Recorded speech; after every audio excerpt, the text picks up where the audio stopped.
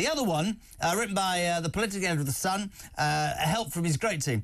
PM warned over Brexit. The Sun today launches a campaign warning the Prime Minister not to betray Brexit. He sent a surrender squad, Drippy Starmer, to Brussels to try and work out how we can become closer to a union that 52% of us 8 years ago said we wanted nothing to do with. This is Jack Elsom, chief political correspondent of The Sun. Jackie, he's in a studio. My God, he's not on College Green.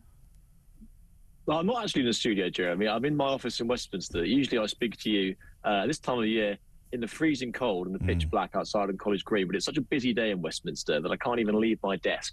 So I'm speaking to you here from Westminster, so now, you're more than welcome. They say, no, I'm very grateful because I know how busy you are. They say that journalists don't lie. Are you talking to me from your office because you're busy or because you're too cold to stand outside on College Green with an abusive man with a sign behind saying Kyle's and something or other, I don't know, whatever? What's the truth?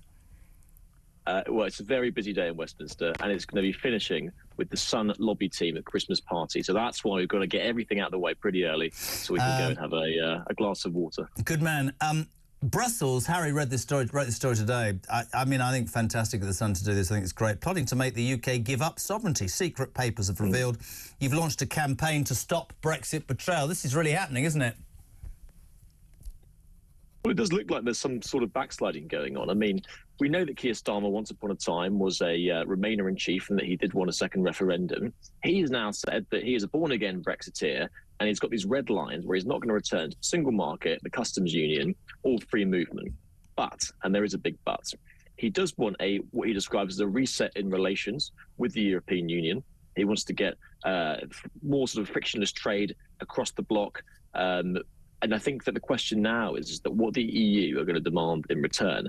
And we did get a bit of a glimmer of that over the weekend when these leaked papers came out, and it shows that they're going to want bigger access to our fishing waters and potential free movement for under 30s. And now what we're seeing as well is Starmer and Downing Street refuse to rule out any kind of deal which takes us back into the orbit of the EU's rules. So the European Court of Justice, which enforces EU regulations, we could be subsidiary to that, which would mean that we are essentially, in the words of many top Brexiteers, a rule taker but not a rule maker.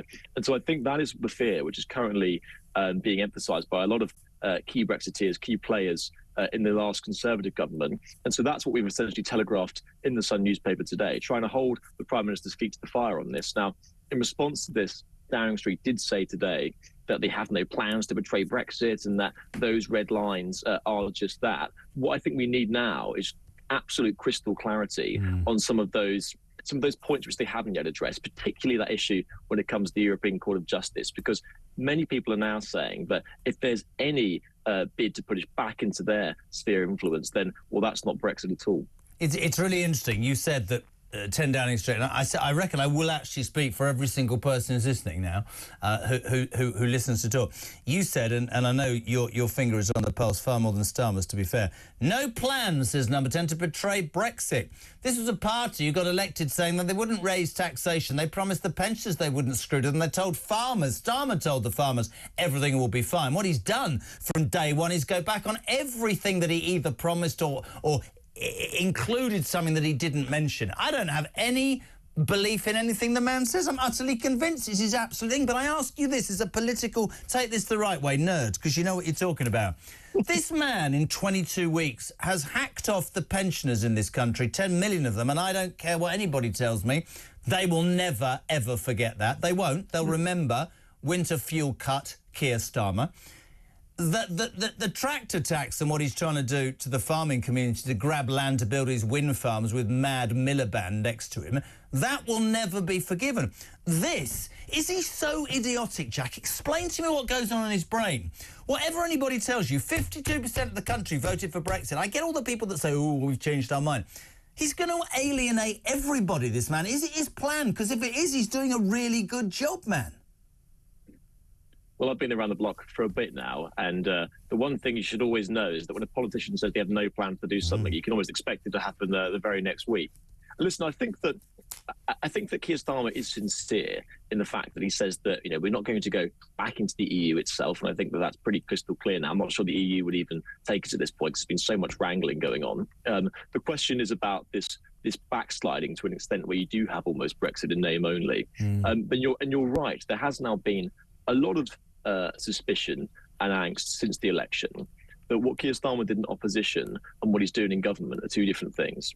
And so, you mentioned a few of them there when it comes to the inheritance tax, agricultural property relief with farmers, winter fuel allowance. We didn't hear a squeak about that before the election. National insurance contributions going up, other tax rises also going up.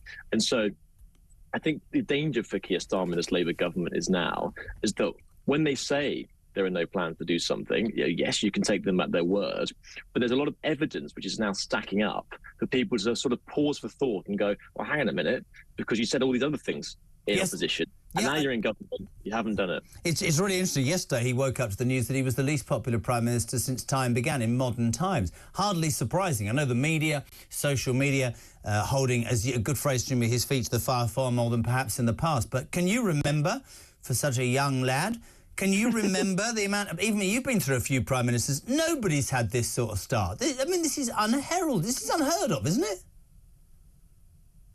Yeah, I think probably with the exception of Liz Truss, who I think has probably had the worst start/finish, if you can call it a start. He's less popular than her now. He's less popular than her, for God's sake. Well, to be fair, she didn't have much of a chance to get very unpopular.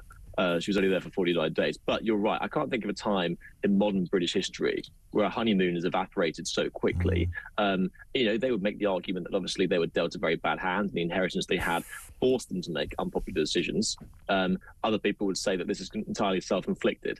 What I would say is that I think a lot of governments are very unpopular at the very start of their term because they want to sort of get all the bad stuff out of the way quickly, and therefore you can do all the nice, sexy stuff before an election, like tax cuts and public spending. No, Jack, I get that. I want to jump in for a reason. I get that, and I've heard many people say, and I heard him say on that car crash interview on ITV with Andy Peters that I've made these decisions. We didn't say on that committed, did he? Because whatever. But what I don't understand is, in this desire to apparently do the difficult things, there's not a brain cell in his head or any of his, advisors that says people will not. Pensioners won't forget that. Yeah. The farmers won't forget that. The Brexiteers, the people who voted to leave, will not forget this. It's almost as if, I'm all for conviction and I'm all for setting your stall out. The problem Keir Starmer's surely got is he never set his stall out to the British people. I wonder if he'd been completely honest, he probably wouldn't have been elected, would he? Don't know. Yeah, no, it's totally fair point. And there have been a lot of people who are getting very upset with him now about this sort of saying one thing on the other hand and then doing another. And you're right, people do have long memories, especially pensioners. We know one thing about pensioners is that they also go out and vote. And so you can sort of be sure that in the next election, anyone who did vote Keir Starmer and has had their winter fuel allowance might think twice about doing so now. So you're right, while they are doing unpopular things at the moment, they would claim that they're doing it for a purpose. But, 5 years isn't that much of a long time in politics, and people still do have long memories. So we'll have to see how it shakes down in 5 years' time. I think the threat of reform as well, even if you don't like the Tories and you think that you can't touch the Tories with the barge pole again for at least 10 years until they sort themselves out, reform are really coming up now. With pictures in your paper today and online, Farage meeting Elon Musk at Trump's Mar-a-Lago. Big rumours. He took Nick Candy, of course, that billionaire donor, to be the new treasurer. They've got the new chairman who's got money as well. But is Elon Musk going to do it? I don't care what anybody tells me. I think politics will change. But I am absolutely, as is his station, 1,000,000% behind the Sun's campaign. We've got to keep.